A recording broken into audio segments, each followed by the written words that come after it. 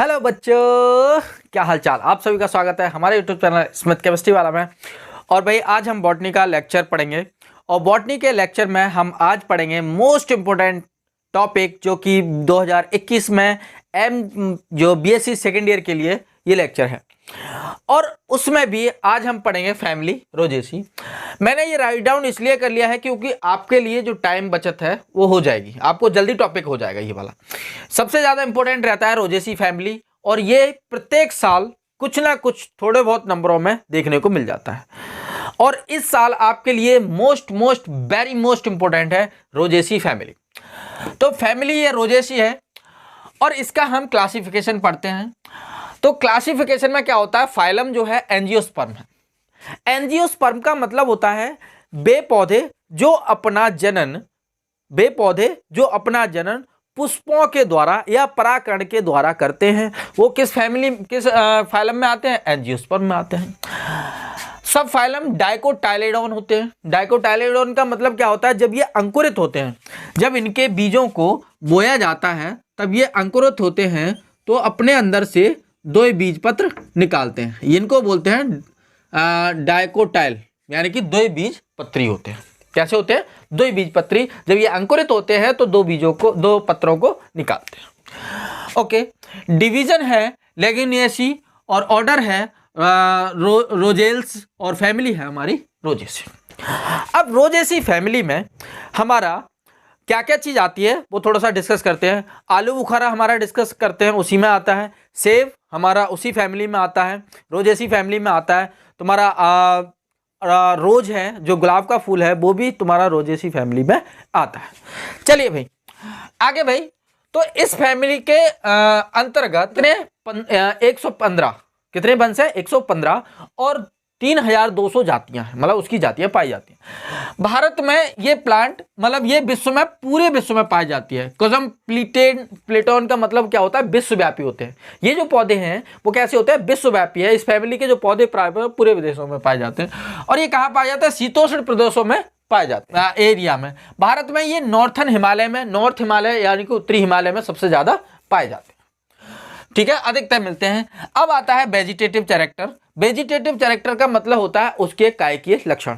उसकी कायकीय लक्षण यानी कि हम उसको देखकर कैसे पहचान सकते हैं कि ये रोजेसी फैमिली का है या किसी अन्य फैमिली का है। या मुझे देखकर आप बता सकते हैं, कहीं पर मैं घूम रहा हूँगा तो आप देखकर मुझे बताएंगे कि ये तो सुमित सर है। वैसे ही मेरे कुछ वेजिटेटिव कैरेक्टर हैं, मेरे भी कुछ कायकीय लक्षण हैं। वैसे ही पौधों के भी कायकीय लक्षण होते हैं जिनको देखकर हम बता सकते हैं कि ये पौधा इस फैमिली का है और ये पौधा इस फैमिली का। तो रोजेसी फैमिली के जो पौधे होते हैं उनके वेजिटेटिव कैरेक्टर के बारे में जानकारी डिस्कस करना है। चलो भाई, सबसे पहले होता है वेजिटेटिव कैरेक्टर में ये एनुअल होते हैं। एनुअल का मतलब होता है इनका अंकुरण, पौधे का बढ़ना, फूल का आना, परागण होना और उसके बाद में बीज का आना, वही सारी क्रियाएं एक ही साल के अंतर्गत होती हैं। तो उसे क्या बोलते हैं? एनुअल कहते हैं। इनको बोलते हैं एक वर्षीय पौधे। एक वर्षीय पौधे का मतलब उनका अंकुरित होना और पौधा बन के और उससे बीज आ जाना, फल आ जाना, बीज आ जाना, वो एक साल में हो जाए तो उसको बोलते हैं एनुअल। पेरू एनुअल का मतलब क्या होता है? ये एक से अधिक वर्ष यानी कि बहुवर्षीय होते हैं। बहुवर्षीय का मतलब उनका पूरा जीवन काल क्या हो, एक से अधिक वर्षों में पूर्ण होता हो, तो उसको वो क्या बोलते हैं? बहुवर्षीय कहते हैं। ठीक है, ये प्लांट कैसे होते हैं? हर्ब होते हैं। हर्ब का मतलब होता है हरे भरे होते हैं, जैसा कि साग होता है। छुप होते हैं। छुप का मतलब होता है झाड़ियां। छुप का मतलब क्या होता है? ये झाड़ियां भी होती हैं। और ट्री भी होते हैं, कभी कभी पेड़ के रूप में भी दिखाई देते हैं। जो हमारा सेब होता है उसका पेड़ होता है, ठीक है, पर लेकिन जो हमारा गुलाब होता है वो झाड़ियों के रूप में होता है और हरा भरा भी होता है, कि ट्री के फॉर्म में भी होते हैं। अब आता है रूट सिस्टम। इनमें रूट सिस्टम क्या होता है? टेप रूट होता है। देखो भाई, जनरली क्या देखा गया है, जहां कहीं भी हमें डाइकोटाइलेडोन दिखा हो यानी कि दो बीज पत्री दिखा हो, वहां पर अधिकतर जो पौधों में जड़ें पाई जाती हैं वो पाई जाती हैं टेप रूट सिस्टम पाया जाता है। ठीक है, क्या पाया जाता है? Tap root system. स्टेम भाई तना काष्ठीय होता है, मतलब उसमें कुछ ना जो लकड़ियां पाई जा, लकड़ियों का होता है।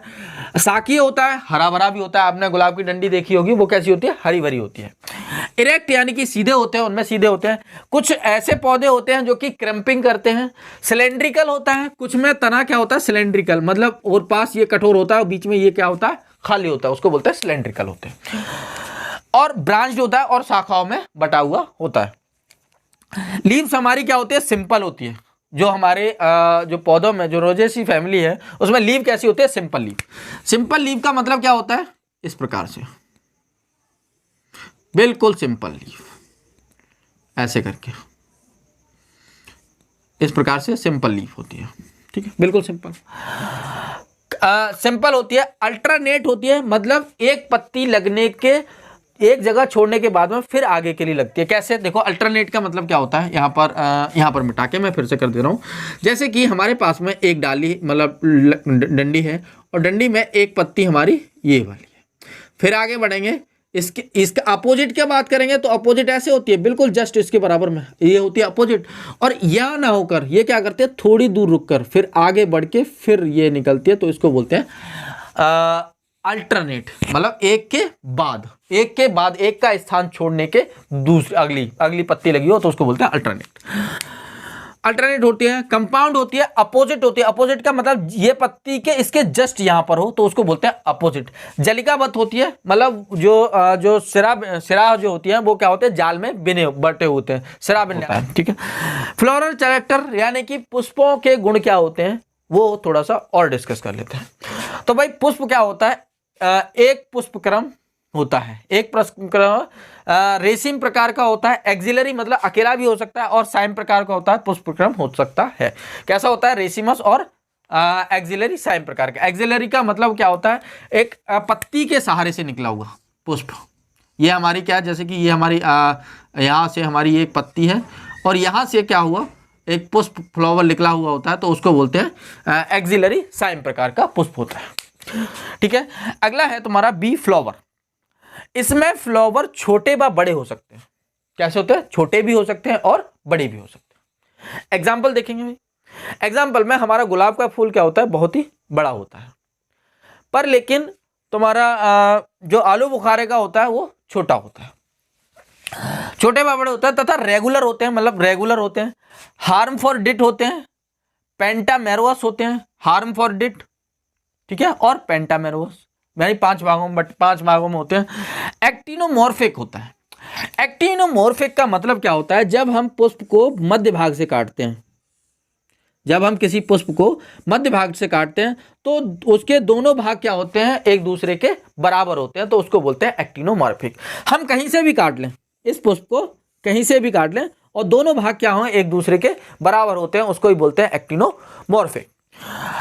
और होता है एक समव्यासी। एक समव्यासी का मतलब क्या होता है, हम सिर्फ पुष्प को एक ही मध्य भाग से काटने पर, एक ही जगह से काटने पर 2 समान भागों में बढ़ जाता है, तो उसको बोलते हैं एक समव्यासी। पर लेकिन किसी दूसरी जगह से काटने पर वह एक समान दिखाई, मतलब एक समान भागों में नहीं कटता, तो उसको बोलते हैं एक समव्यासी। वो हम आगे डिस्कस करेंगे यदि कहीं पर आ जाएगा तो। एक्टिनोमॉर्फिक का मतलब क्या होता है, जब हम पुष्प को मध्य भाग से काटते हैं तो जो दोनों भाग प्राप्त होते हैं वो एक दूसरे के बराबर होते हैं, उसको बोलते हैं एक्टिनोमॉर्फिक। हाइपोगैनस। हाइपोगैनस का मतलब क्या होता है, ये एक टॉपिक बहुत बढ़िया होता है, समझने के लिए होता है। देखो भाई, हमारे पास में होता है गाइनोसियम, ये एक घड़े के समान होता है गाइनोसियम। अब इसमें लिखा है हाइपोगैनस होता है। हाइपोगैनस यानी कि पुष्प के जायांग के नीचे से पुष्प के अन्य अंग निकले हुए होते हैं, तो उसको क्या बोलते हैं, हाइपोगैनस बोलते हैं। ये हमारा गाइनोसियम है, और गाइनोसियम के नीचे से पुष्प के अन्य अंग निकले हुए होते हैं, तो उसको क्या बोलते हैं, हाइपोगैनस कहते हैं। पेरीगाइनस क्या बोलते हैं, पेरीगाइनस का मतलब क्या होता है कि गाइनोसियम है और गाइनोसियम के जस्ट बराबर से पुष्प के सभी अंग निकले हुए होते हैं, तो उसको क्या बोलते हैं, पेरीगाइनस बोलते हैं। ठीक है, ओके। अब इसमें लिखा है एपीगाइनस। एपीगाइनस का मतलब क्या होता है, जो हमारे गाइनोसियम है उसके ऊपरी भाग से पुष्प के अन्य भाग निकले हुए होते हैं तो उसको क्या बोलते हैं, एपिगाइनस कहते हैं, एपिकल पाए जाते हैं। ठीक है, ओके। अब आता है कैलेक्स। कैलेक्स यानी कि सेपल्स की संख्या 4 से 5 हो सकती है। संयुक्त होते हैं, इम्ब्रैक्टेड होते हैं यानी कि पत्तों के पत्ते नहीं होते हैं। ब्रैक्टेड यानी कि पत्तों के सहित। ई ब्रैक्टेड का मतलब क्या होता है, इम्ब्रैक्टेड का मतलब होता है पत्तों रहित, पत्तों और पत्ते नहीं होते हैं। बेलवेट होते हैं। बेलवेट का मतलब क्या होता है, और जो हमारे जो हरे रंग के जो नीचे के लिए निकले हुए होते हैं, जो फ्लावर होता है ना, फ्लावर के जो निचले भाग में जो हरे हरे हो जाते हैं, जब फ्लावर फूल जाता है तो जो नीचे के भाग ऐसे करके नीचे के लिए हो जाते हैं। आपको फ्लावर में आपने देखा होगा गुलाब के फूल में वो नीचे के लिए हरे भाग होते हैं, उनको ही बोलते हैं कैलेक्स बोलते हैं। और कैलेक्स क्या होते हैं, पत्तों सहित नहीं, पत्ते नहीं होते हैं उसमें। और बेलवेट होते हैं, वो क्या होते हैं, एक दूसरे से क्या कर रहे होते हैं, स्पर्श कर रहे होते हैं। ये मान लीजिए कैलेक्स हैं, ये वाले दो हैं, और दोनों क्या कर रहे हैं, एक दूसरे से स्पर्श कर रहे हैं, उसको ही बोलते हैं। सेपल्स चिरलग्न होते हैं। कैसे होते हैं, चिरलग्न होते हैं। गुलाब में लीफ के समान दिखाई देते हैं। गुलाब में जो सेपल्स होते हैं वो कैसे होते हैं, लीफ के यानी कि पत्ती के समान दिखाई देते हैं, आपने देखे होंगे। एंड्रोसियम, इनमें एंड्रोसियम अनंत होते हैं, वो सॉरी एंड्रोसियम कोरोला, इनमें कोरोला 4 से 5 और कभी कभी इसमें अनंत भी दिखाई देते हैं, जैसे कि गुलाब का फूल। स्वतंत्र होते हैं, पॉलीपेटल्स होते हैं और रंगीन होते हैं। रंगीन का मतलब कलरफुल होते हैं, इनमें भर भर के कलर होते हैं। बताएंगे आगे उसका उपयोग में, तब आपको डिस्कस कराएंगे थोड़ा सा अच्छे से। ठीक है, तो भर भर के रंग बड़े हुए होते हैं। एंड्रोसियम हमारा, इनमें स्टेमन्स इनफाइनाइट भी हो सकते हैं, कभी कभी 2 से 3 भी हो सकता है और कभी कभी 1 भी होते हैं। और गाइनोसियम भी इनफाइनाइट होते हैं, वो आगे तुम इसमें दिया नहीं है। ठीक है, और हमारा है फ्रूट है, इनमें फ्रूट ड्रूप, पोप और बेरी प्रकार का पाया जाता है। सीड इनमें नॉन एंडोस्पर्मिक यानी कि भ्रूणपोष नहीं पाया जाता, नॉन एंडोस्पर्मिक होता है, मतलब उसके ऊपर नहीं होता। अब आता है एफएफ यानी कि फ्लोवर फॉर्मूला या फ्री फायर। ठीक है, ये क्या होता है, त्रिज्या समामित, एक्टिनोमॉर्फिक। ये होता है बाइसेक्सुअल यानी कि मेल और फीमेल पार्ट एक ही पुष्प में पाए जाते हैं। कैलेक्स की संख्या 5 हो सकती है, कोरोला की संख्या 5 से इनफाइनाइट हो सकती है, एंड्रोसियम की संख्या इनफाइनाइट, गाइनोसियम की संख्या इनफाइनाइट, और कभी कभी 2 भी हो सकती है और 5 भी हो सकती है। चलो भाई, ये तुमने अभी पढ़ लिया है। अब उसके बाद में आगे इसका थोड़ा सा और भाग डिस्कस करते हैं। हाँ तो भाई, अब तक हमने डिस्कस कर लिया है। अब हम पढ़ेंगे, पहले ये फ्लावर डायग्राम पढ़ लेते हैं, फिर उसके बाद में हमारा इकोनॉमिक इम्पोर्टेंस पढ़ेंगे। तो भाई फ्लावर है, फ्लावर में ये सबसे पहले हम डाली देख लेते हैं। डाली में हमारा क्या होता है, डाली का मतलब क्या होता है, जिसमें पौधे की डंडी में पत्तियां हों, पुष्प हों और कलियां हों, इस प्रकार से, और वहां पर फल भी होना चाहिए, एक फल भी, ये एक फल भी होना। ठीक है, इसको थोड़ा सा ऐसा कर दो, ठीक है, ओके। अब उसके बाद में हमारा ये क्या है, फ्लावर है, ये हमारा फ्रूट है, ये हमारे लीव्स है, और ये जो है अल्टरनेट है, मतलब एक के बाद एक, यानी कि जगह छोड़ने के बाद में। अब भाई देखते हैं, ये जो है फ्लावर है, उसकी टीएस है, मतलब इसको काट दिया है। तो भाई ये जो है गाइनोसियम है, और गाइनोसियम के नीचे पुष्पों के अन्य भाग पाए जाते हैं, इसी को बोलते हैं हाइपोगाइनस बोलते हैं। ये वाले क्या है, कोरोला यानी कि पेटल्स, और ये वाले हमारे क्या है, ये वाले हैं सेपल्स। ठीक है, सेपल्स, ओके, सेपल्स होते हैं। और ये वाले जो दिखाई दे रहे हैं वो क्या दिखाई दे रहे हैं, एंड्रोसियम दिखाई दे रहे हैं।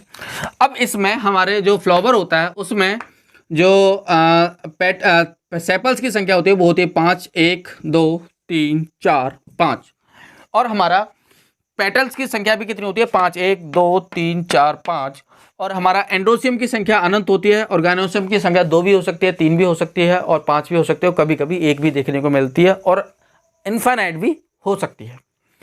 ठीक है, अब आते हैं इकोनॉमिक इंपोर्टेंस। इकोनॉमिक इंपोर्टेंस यानी कि फूड मटेरियल्स में, इन फूड मटेरियल्स में, तो सबसे पहले आता है लोकाट। लोकाट एक पौधा होता है जिसका एक फल होता है, उसका जो फल होता है वो खाने योग्य होता है और बहुत ही स्वादिष्ट होता है। नाशपाती होती है, नाशपाती भी एक फल है जो भी खाने योग्य होता है, और ये क्या होता है, अत्यधिक स्वादिष्ट होता है। अब आता है सेब। सेब भी क्या होता है, बहुत ही पौष्टिक भरा फल होता है जो कि खाने योग्य होता है।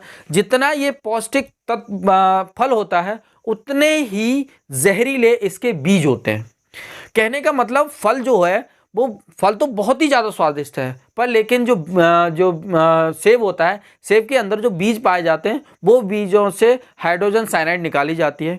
तो वो एक बहुत ही पॉइजन होता है, एक प्रकार का जो बीज होता है वो क्या होता है, पॉइजन होता है। तो उसको नहीं खाना चाहिए कभी भी, भूले में भी और जानबूझ के भी। अब आता है आलू बुखारा। आलू बुखारा भी कभी एक फल पाए जाते हैं, जो भी होता है। अब आता है अदर उपयोग। अदर उपयोग से थोड़ा सा एक हंसी आ रही है मुझे। मैंने पूछा था कि भाई, एक क्लास में पूछा था, मैंने ये बताओ बताओ बच्चों, रोजेसी फैमिली में गुलाब का क्या उपयोग है? तो एक बच्चा खड़ा होता है, बोलता है सर 14 फरवरी जब आती है ना, तो गुलाब का फूल प्रपोज डे के लिए काम में आता है। मेरी भी हंसी निकल गई, क्लास में सब बच्चे बैठे थे, वो सब हंस पड़े। तो मैंने उससे कहा तो कुछ नहीं, खैर फिर उसके बाद में मैंने कहा गधे और क्या उपयोग होते हैं? तो बोलता नहीं। तो मैंने कहा और उपयोग बता। तो फिर तो वो नहीं बता पाया, तो मैंने बताया। तो इसका उपयोग जो है वो तुम्हारा इत्र बनाने में किया जाता है, सुगंधित पदार्थ बनाने में किया जाता है, तुम्हारा बारात जो होती है उनमें भी इसका उपयोग किया जाता है। आड़ू एक बहुत ही स्वादिष्ट फल होता है, जिसका और इसमें अत्यधिक विटामिन भी पाया जाता है। अब आता है बादाम। बादाम जो है वो एक बीज होते हैं, मतलब बादाम का पेड़ होता है, उसमें से बीज निकाले जाते हैं और वो बीज खाने योग्य होते हैं। वो बीज जो होते हैं वो शक्तिवर्धक होते हैं और ज्योतिवर्धक होते हैं और बुद्धिवर्धक भी होते हैं। किसी ने कहा है कि भाई 1 किलो बादाम खाने से जितनी अकल नहीं आती, उतनी की एक ठोकर खाने से आ जाती है। Thank you for watching my video. All the very best.